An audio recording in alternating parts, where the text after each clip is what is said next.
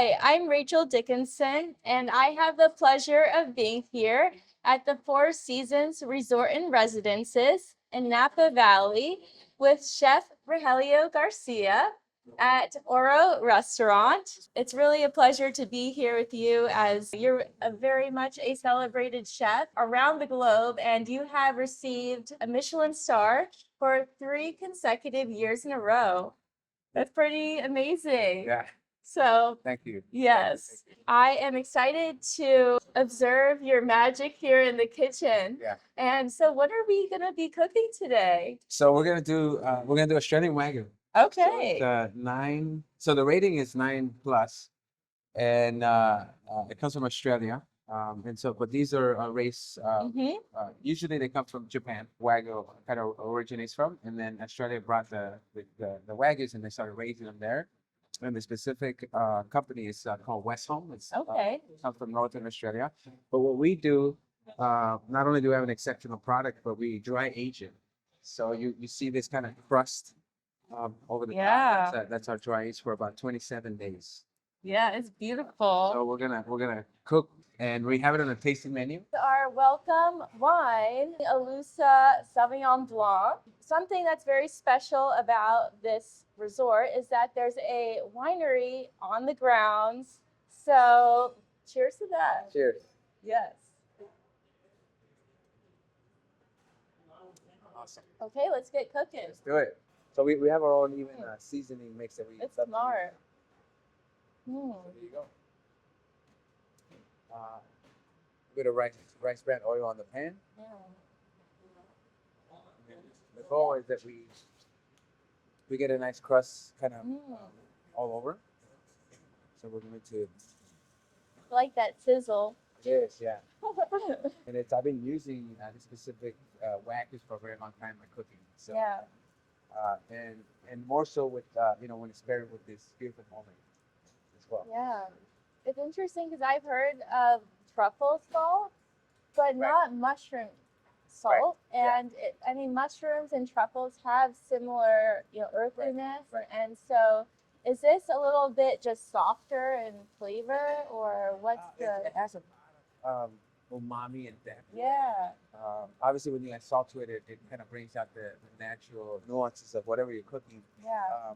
But because I love cooking with mushrooms, Mm. and when they're in the season, you have porcinis, you have chanterelles, Yeah. even some burgundies, and so we would always have these kind of end pieces. You clean them and you have all these end pieces that are still great. And what we do is we started doing dehydrating them. Oh, nice. So we have put them in the dehydrator, and then they become almost very, all the moisture is out, and then we blend them, and you get this mushroom powder. So there's so many mushrooms through the time that we use it that we've had in that powder. Yeah. In this specific recipe, there's peanuts, sesame seeds, pumpkin seeds. There's bananas that are roasted. Wow. 4 or 5 different kinds of dried chilies. Mexican chocolate that's got a bit of cinnamon. Chicken stock. And then there's a couple times to cook it. So one of them you pretty much toast everything in the same oil, and then you grind it. And then once you have this taste of chilies, nuts, and seeds and chocolate, then you take an even bigger pot. You do clarified butter, and then you almost fry that paste. Wow. You're kind of building those flavors. Then you introduce the chicken stock, a little bit more chocolate, and it starts to get seasoned. Blend again, put it into another pot, and then you start to get this beautiful consistency, and you can taste all the flavors from sweetness to acidic to the fruits, the nuts, the seeds, and it should come out pretty even. Wow. Yeah, this is what we serve it with. So 3 different kinds of squashes. So we have butternut squash, delicata, and then acorns. And then we have matsutake mushrooms. So these mushrooms come out in the fall. Usually they're shaved thinly and then either put into broth and soups. In this case, we're cutting them into quarters, and we're cooking them in a little bit of sherry vinegar, Spanish sherry vinegar, onions, garlic, and olive oil. So when you bite into one, it's got this little bit of pickle to it. Okay. And these come from the coast of California, in Oregon. Oh wow. So the forager, he never wants to tell me where he gets these because obviously that's his spot, right? Yeah, And yeah. they're very protected of where these mushrooms come from because if somebody knows that section of where they kind of grow, then they'll take them from. Interesting. So matsutakis, we have these small peppers coming from a local farm called Tin Green Farms. And then a tiny squash, and then cucumber. So these are they're pretty much in the cucumber family, but they look like half cucumbers and half water in them. Okay. And then we do a puree that's made of kale spinach, and then we take garlic, that's made confit, and then we blend it all to get this beautiful green color. Wow. You want to taste it? Oh sure. Okay, here you go.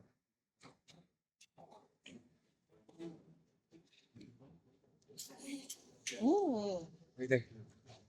it's very good. Yeah. The garlic is very soft. It's not too harsh. Right. And the herbs, I think, cut the harshness a bit. Yeah. But it's very well balanced. Yeah. And it's almost like a garlicky pesto. Yeah. So we do onions as Okay. well and caramelize them dark. Mm-hmm. And then we introduce the garlic at the same part. And then we do chicken stock and a little bit of heavy cream, and we cook them for a long time. So the garlic gets super soft and sweet. And then we, blanch spinach and kale, and then we add that. So you have a little bit of sweetness from the onions. You still want to taste that garlic. Yeah. And then you have that richness cream, and then that boldness of that chicken stock. Yeah. So this is on the tasting menu at Auro tonight, actually. Oh, okay. Good. I get a little sneak peek. You do, yeah. I kind of want you to do the honors here. Oh, okay. When we do these, the ribeye, when we cut it, so this is the cut is the ribeye. Okay. So there's three major cuts on a cow. It's the ribeye, the strip bone, or the New York, and then the tenderloins. Everybody loves the tenderloins. Yeah. I love the ribeye because there's a lot more fat into it. Yeah. But the only thing with the ribeye is that you always get this cap that you have to take off because you can't just cut it, otherwise it's like chewy and fatty and nobody wants to eat it, right? So what we do is we take this cap off and you get that's so smart. the eye of the ribeye. That's the eye. This cap, we use it for our music. So it's another course when you sit down. It's a surprise course. And we use, so the cap is for the uses, and then only use that beautiful ribeye where you get that marble and no fat, just enough, nothing chewy on that. Very good. So what I'm gonna do, I'm gonna plate, and I want you to get ready to cut the steak. Okay. Big game on. Yeah. So rule of thumb when you're cutting the steak is that you always have these like lines going across. Okay. And you have to go against the grain. That, and it's a pretty common saying, but it's pretty much against the grain. If you go with the grain, it's the way they land, it's kind of chewy, but it's raggedy, so it's always tender. It's like you'll never get it. It's very, very tender. So I'm gonna plate. Okay. And what we do is, so this is our puree, right? Right. So we do about 7 dots.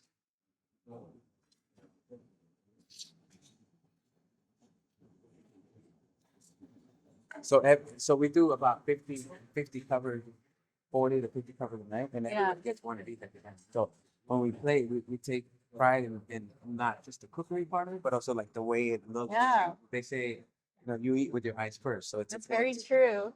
So matsutakis, and like I said, braised in Spanish sherry wine, onions and garlic. We love this. I love this leaf plate. It's beautiful. We have our array of pumpkins and squashes here, and the goal is that you're just we're just placing them in a way where you're able to kind of taste every single one of them. And if you look at all the cuts, somebody in the morning has to cut 50 of each, so they have to be precise. Wow, very precise. Right. So we have the little balloons, we have the medallions, the diamond, the moons, and then the teardrops. Yeah. This is a It's like jewels on a plate. it is, yeah.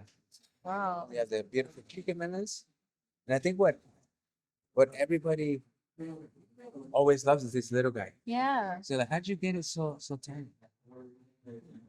Okay. Wow. Okay. Right. And then we do, this is our garnish. It's going to be flaming sorrel.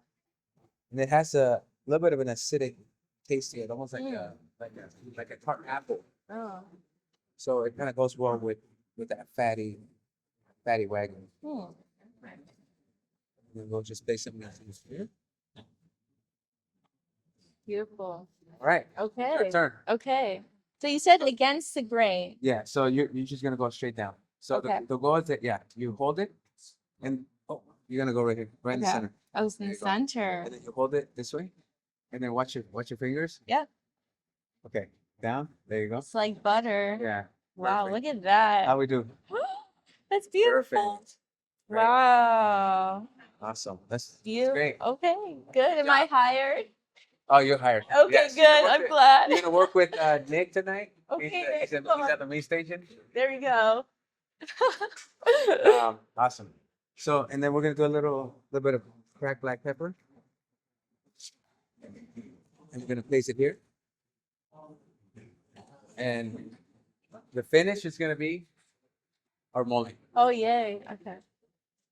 So, and it just goes right here. But when you receive it, this is our last course, our last savory course, as we head into the desserts. Yeah. Australian Wow. Wagyu with fall pumpkins and squashes and honeynut squash molly. Beautiful. Wow. There you go. Stunning.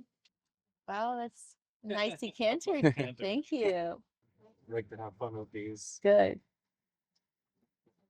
We'll pour 2014 vintage Elusa Cabernet Sauvignon into the glass, and this is actually produced right here on property. Originally founded in 2010, it actually predates the property, but became a partner with the Four Seasons in 2021 when we opened. It's made by Thomas Rivers Brown, 100% Cabernet Sauvignon. Does see 60% new French oak in the aging, and both of the vineyard sources for this fruit material actually come from right here in Calistoga, less than a mile away. Two different family-owned vineyards dating back to 1902 and 1936, respectively. Really special places for the Cabernet Sauvignon. Wow. Enjoy. Thank you. Okay. Well, Cheers. cheers. Thank you, Rogelio. Okay.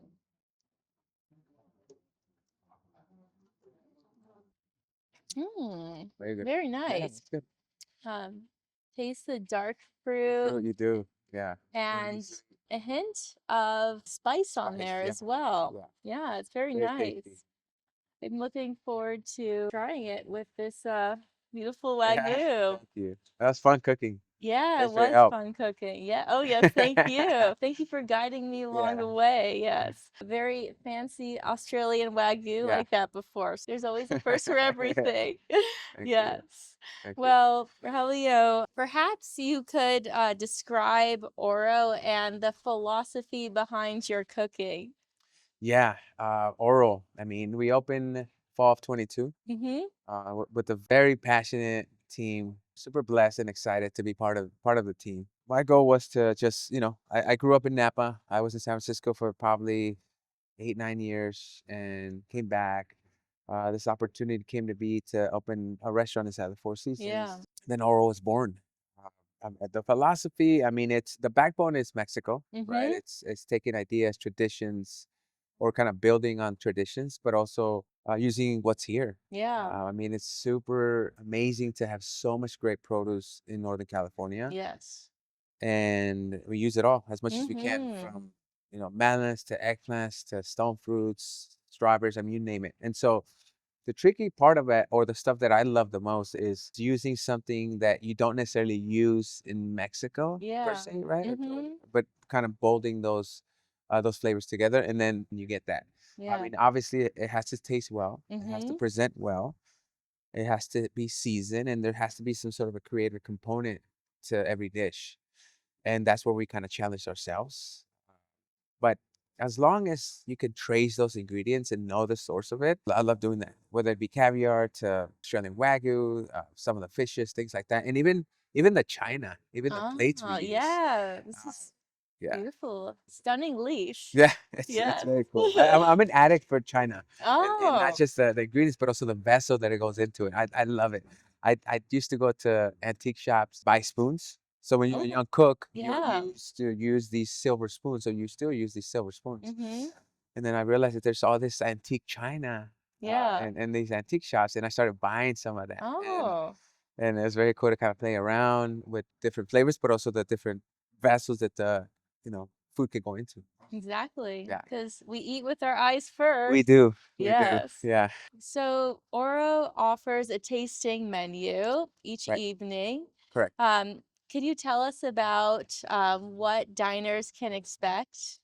So yeah, so it's 7 courses, but it kind of comes out to 10, 11 sometimes. If we're Okay. working on something, I love to, Yeah. do it as a surprise course. You do get amuses that are not listed, and Okay. and we have fun with those. Nice. The one thing I do want to say, because I want to spoil it for everybody, but Okay. all the muses, there's a maize or masa component to it. So there's Oh. 6 of them, and there's that's the theme. Yes. So whether it be a drink, cracker, paired with caviar, seasonal, whatever it may be, all 6 have a maize or a masa component Oh, to it. nice. And then the menu begins obviously with the lighter courses, whether it be crudo soups at the beginning, Mm-hmm. and then you finish out with something like this, which is Australian Wagyu at the end, and then amazing pastry program. So, one of our pastry chefs is Laura, and she has fun with also technicality, seasonality on the tasting menu pastry as well. Wow. Yeah. I love I pastries. love it too. Yeah. Yeah. Wow. Yeah. So, is there a dish on the menu that feels especially personal to you and is a true reflection of your culinary style? Yeah, I want to say all of them. Yes. There's some personal. I mean, I really try to think of stories Mm-hmm. through my life, things Yeah. like that. Even like this week, I love peanut sauce. I think Yes, I'm a fan of peanut yeah. sauce as And so I well. was like, why don't I kind of work on my take on a peanut sauce? Mm. And then we paired it with duck this Yeah. week. Oh, it sounds And it fabulous. was it was my take on it, right? Yeah. So not just through the experience, but also through the life experiences moving forward, right? So if Yeah. I go to a restaurant, not just fine dining, but it could be anything casual, I'll take a little bit of that and get inspiration from it. Mm-hmm. And so we'll build on that. I guess the one thing I can say is something with mole, like you have Yeah. there. Mm-hmm. Mole is it's to me it's like one of the Mexican mother sauces or the mother sauce. It's very complex, at times maybe intimidating for a cook. I mean, I've done mole on menus for a very long time, so yeah, I had to refine it, through the years. Yeah. And but now, like this season, you have a honey nut squash mole, which is not traditional Yeah. for Mexico, but you kind of buy Napa in Mexico, and then that's where it's born because you get these Yeah. beautiful honey nut squashes coming out of a local farm in Suzu Valley, and Mm. so we have to use them. And what better way than on a mole? Yeah. Very nice. So, what inspired you to create your cookbook? Yeah, the cookbook. Well, when it was kind of beginning, it was in the pandemic. Mm-hmm. So obviously, it was tough for restaurants or anybody in working in hospitality, right? Yeah. And I wanted to first have a Mexican cookbook Mm-hmm. that also, like Oro, uses seasonality from the wine country. But Convivir, which is the title, it means to live together. And how do we kind of find ourselves, whatever the differences are on the plate? Yeah. That's where it began. But I didn't want it to just be recipes, right? Like you having a recipe and you cook out of it. I also didn't want it to be intimidating where you had to go to the bay and get this specific water and cook out of it. I wanted to be approachable. I wanted to be casual. I wanted to be inspiring as well. Yeah. And I wanted to tell the story, my story, right, of Mm-hmm. kind of how I was brought up in cooking, but also the stories of the migrant worker, Mm-hmm. and have a lot of friends that I also now call family, where I pair their wine with some of my Yeah. recipes. So a Nice. lot of people involved.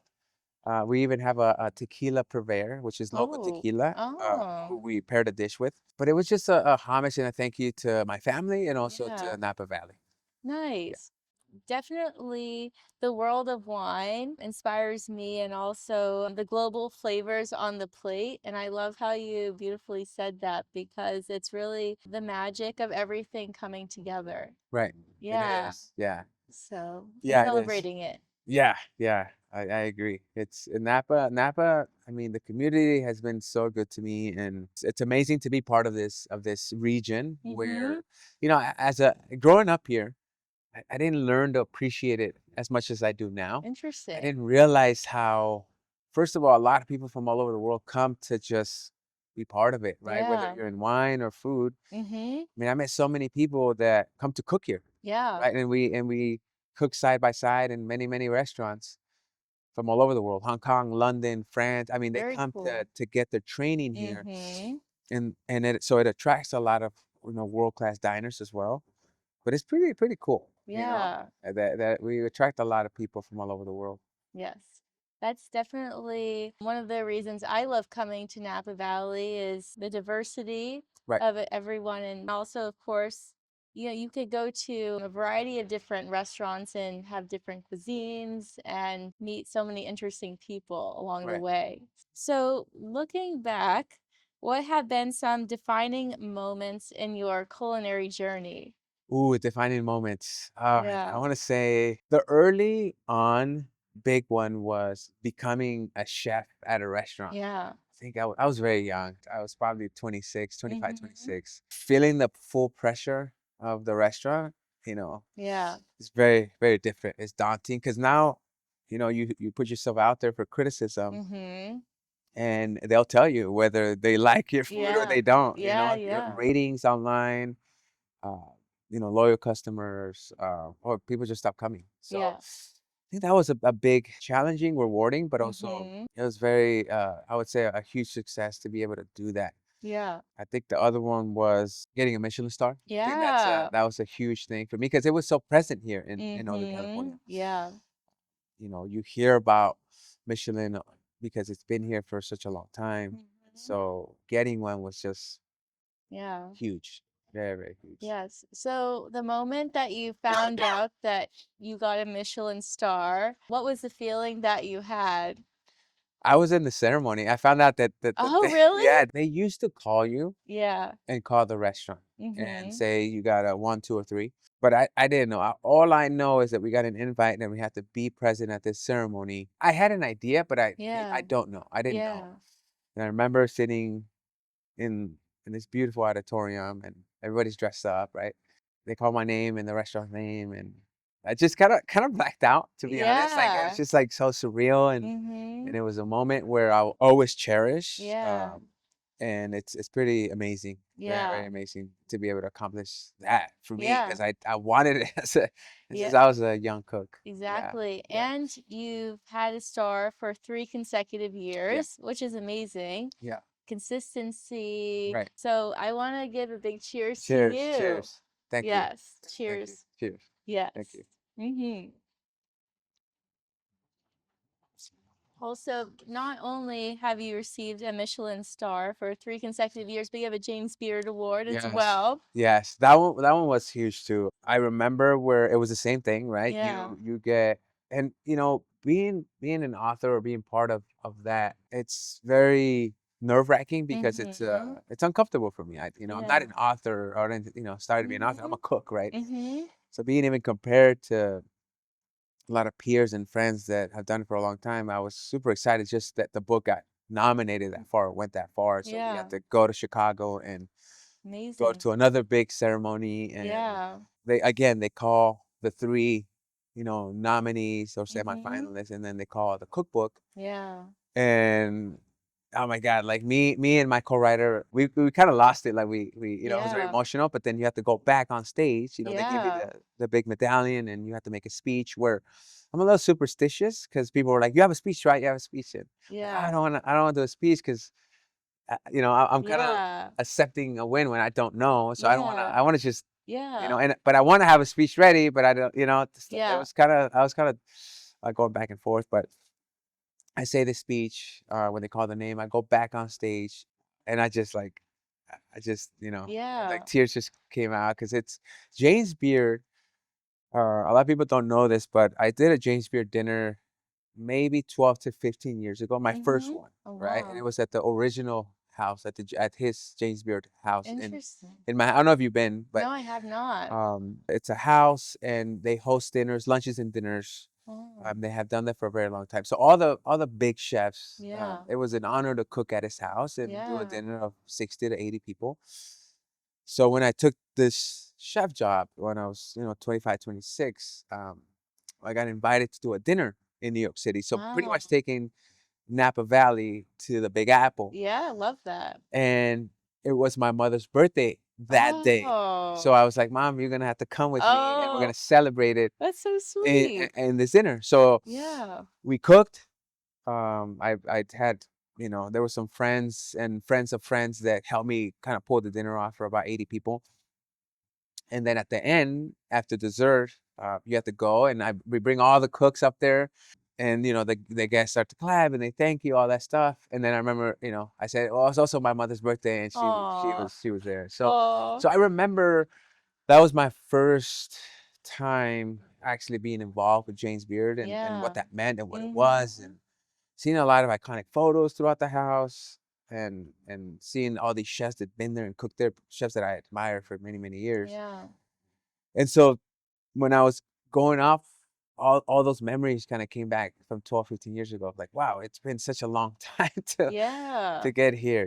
But yeah, it's been a great cause, and the book's done so well, and I'm just super, super excited. Yeah. Yeah. Yeah. Well, Rogelio, you've accomplished so much. I'm just curious, like, what's next for you? Because you've accomplished everything. But, Yeah. what keeps you inspired and what are some things that you're excited about for the future? Well, for the future, I want to say for Napa, there's a Mm-hmm. lot of up and coming chefs, Mm-hmm. that are just always pushing themselves and have definitely spent the time in serious kitchens, and now they're on their own to do Yeah. their own thing. Mm-hmm. And there's a new wave of young, excited, motivated chefs to Yeah. take on, those roles. Also introducing a little bit more Mexico to America, I would Yeah. say. And as for me, personally, I would say it's just spending time with family. I Yeah. think that with restaurants, there's a Mm-hmm. lot of time spent, and I think as you get older, maybe it's just my age now or whatever, but it's just spending quality time with the loved ones, I would Yeah. say. Yeah, I Mm-hmm. think that's the one. Yeah. And one of my favorite questions that I love to ask, if you could share a bottle of wine with Yes. anyone, dead or alive, who would it be? Who would it be? Oh, okay. I would say Barack Obama. Oh, wow. Yeah, Okay. yeah, Nice. yeah. I would say Barack Obama. For a couple of reasons. I think one, um, I remember when he got elected. Mm-hmm. I was gonna see my mother.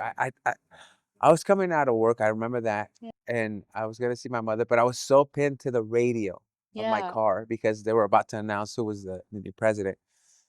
And I remember arriving outside of her house. I didn't even make it in because they announced it as I was literally parked in front of her house, and they said, our new president is Barack Obama, and so Yeah. everybody was just cheering, right? And then I remember that one of Tupac Shakur's song came on, and it Oh, changes, which is like a kind of famous song, and so that kind of era began. yeah. But Barack Obama, he passed something that helped me and kids at the time, kids now, but at the time, kids or people in my situation, which is DACA. So Mm. was able to give a DACA and apply Mm-hmm. for DACA for many students, Mm-hmm. people that mean well and want to Mm-hmm. contribute to America, and he did Yeah. that. Yeah. And I don't know if I were able to meet, I've never met him, but for meet him, I would say thank you that he did Yeah. that for me and for a lot of um, people like me in that situation.